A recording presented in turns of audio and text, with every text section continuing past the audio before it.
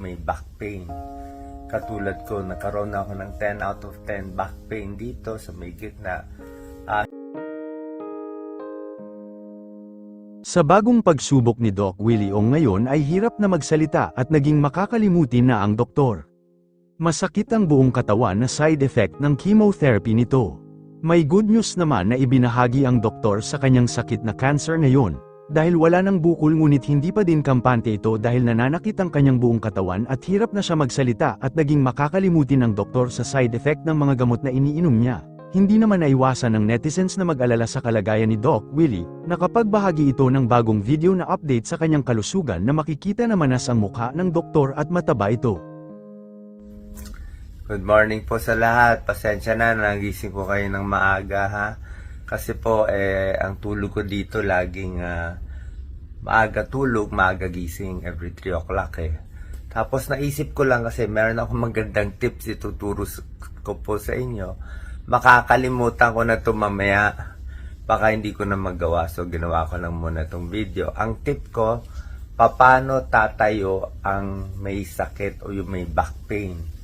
Katulad ko, nagkaroon ako ng 10 out of 10 back pain dito sa may gitna. Hindi na to dahil sa cancer. Ano to yung kakahiga. Humihina ang muscles ng may sakit, ng may cancer, yung laging bedridden. Ito mahalagang tip. Madalas kasi, pagtatayo tayo, di ba? Nakahiga akong ganito kaliwa. O, ganyan. Tatayo ako pag ganito. Di ba? Ganyan. So, araw-araw, pag ganito ako tumatayo, pag ganito ako humihiga, ang tulog ko, nakakanan lagi. Pag ganun pala, yung mga muscle na ginagamit ko, lagi sila nai-strain, napapagod sila. Kaya ang gagawin ko ngayon, minsan, pag masakit na likod ko, iikot na siya dyan sa kabila. Sa kabila naman ako umiikot. Ay ikot to the right side bago ako tatayo. Yan. Pasensya na po na medyo nanginginig kasi yung kamay ko, hindi ganun ka-stable. So, ganun po.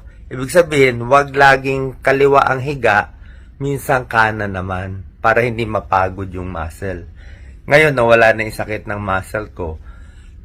Kung saan masakit, ipapahinga, yung iba namang muscle gamitin. Minsan sa pagdumi, sa pag-iri din. Pag-iri kasi madalas nakaganyan yung kamay ko, nakababa. Nakatukod dun sa toilet, sa may toilet bowl. Kakatukod ng tukod, sumakit dito, nagka-gas-gas pa sa may puwetan. So, dapat gagawin nyo, iibahin nyo yung position. Okay? Tsaka sa pagdumi, napakahalagang tips. Sa anal fissure, yung masakit, yung mga sakit ko, mga 10 out of 10 pain, dapat lang po, relax lang. Huwag ipitin ng dumi, relax lang. Mental, i-relax yung pagdumi, i-relax yung pagbuka ng puwet para paglabas, hindi sobra-sobra sakit. Masakit pa rin, pero magiging mas masakit pag inipit at inipit nyo yung dumi. Okay? Pero syempre, for anything else, seek medical advice from your doctor. Yung mga nagtatanong sa akin, chemo po chemo days ko. Pero I'm getting better, I'm getting fatter, and yung timbang ko, 2 chemo na lang. Actually, iniintay ko na lang yung mga side effects to, nilalabanan natin. Salamat po sa dasal. Gusto ko lang po lagi makatulong sa inyo, kahit sa papanong paraan. Dyan si Doc Lisa nagluluto na.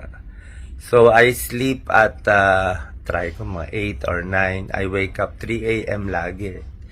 3, 4 a.m., 5 a.m. Diyan pumapasok yung mga mensahe ng Diyos. Katulad ngayon.